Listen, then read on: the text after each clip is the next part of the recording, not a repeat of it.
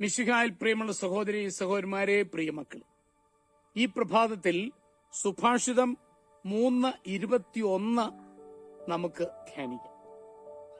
മകനെ, അന്യൂനമായ ജ്ഞാനവും വിവേചനാശക്തിയും പുലർത്തുക. അവ നിന്റെ ദൃഷ്ടിയിൽ നിന്നും മാഞ്ഞു പോകാതിരിക്കട്ടെ. ഏതാണ്ട് 2.5 സഹസ്രാബ്ദങ്ങൾക്ക് മുമ്പാണ് വിഷ്ണുഗുപ്തൻ എന്ന ചാണക്യൻ ജീവിച്ചിരുന്നു. കേവലം ഒരു സത്രമുണ്ടായിരുന്ന ചന്ദ്രഗുപ്ത മൗര്യനെ ചക്രവർത്തിയായി വാഴിക്കാൻ ചാണക്യതന്ത്രത്തിന് കഴിഞ്ഞു. ശക്തിയേക്കാളുപരി ബുദ്ധി, അതായിരുന്നു അദ്ദേഹത്തിന്റെ വിജയരഹസ്യം.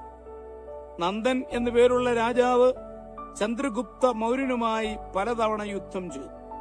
അപ്പോഴൊക്കെയും ചാണക്യന്റെ തന്ത്രങ്ങൾ കൊണ്ട് ചന്ദ്രഗുപ്തന് തന്നെയായിരുന്നു വിജയം. ചന്ദ്രഗുപ്തനെയും ചാണക്യനെയും എങ്ങനെയും വധിക്കണമെന്ന് തീരുമാനിച്ച നന്ദരാജാവ് തന്റെ കൊട്ടാരം ചന്ദ്രഗുപ്തന് വിട്ടുകൊടുക്കാമെന്നും അങ്ങനെ തങ്ങൾ ഉറ്റമിത്രമാവുകയാണെന്നും പറഞ്ഞ് സന്ദേശം അയച്ചു. ചന്ദ്രഗുപ്തന് സന്തോഷമായി.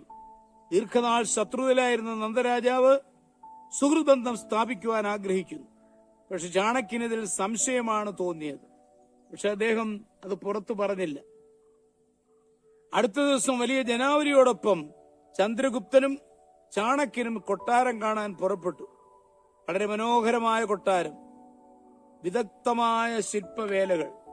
പക്ഷേ ചാണക്യൻ ആരെയും കൊട്ടാരത്തിനുള്ളിലേക്ക് കടത്തിവിട്ടില്ല. ആരും അകത്ത് കയറരുത്, ഞാൻ ഒന്നുകൂടി പരിശോധിച്ചിട്ടുടൻ വരാം, ഇത്രയും പറഞ്ഞ് ചാണക്യൻ കൊട്ടാരത്തിനുള്ളിലേക്ക് കയറിപ്പോയി.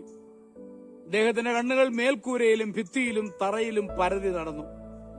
ഓ, ഞാൻ പ്രതീക്ഷിച്ചത് തന്നെ. തറ പൊട്ടിയിരിക്കുന്നത് കണ്ടാണ് അദ്ദേഹം പ്രതികരിച്ചത്. പെട്ടെന്ന് തന്നെ ചാണക്യൻ ഓടി കൊട്ടാരത്തിന് പുറത്തു വന്നു. വേഗം ഈ കൊട്ടാരത്തിന് തീ വെക്കുവിൻ, അദ്ദേഹം അലറിക്കൊണ്ട് പറഞ്ഞു. ഉടനെ സേവകർ പന്തം കൊളുത്തി. എന്തു ഭ്രാന്താണിത്? മനോഹരമായി കൊട്ടാരം തീവെച്ച് നശിപ്പിക്കുകയോ? ദേഷ്യത്തോടെയാണ് ചന്ദ്രഗുപ്തൻ ചോദിച്ചത്. പക്ഷെ ചാണക്യനൊന്നും പറഞ്ഞില്ല.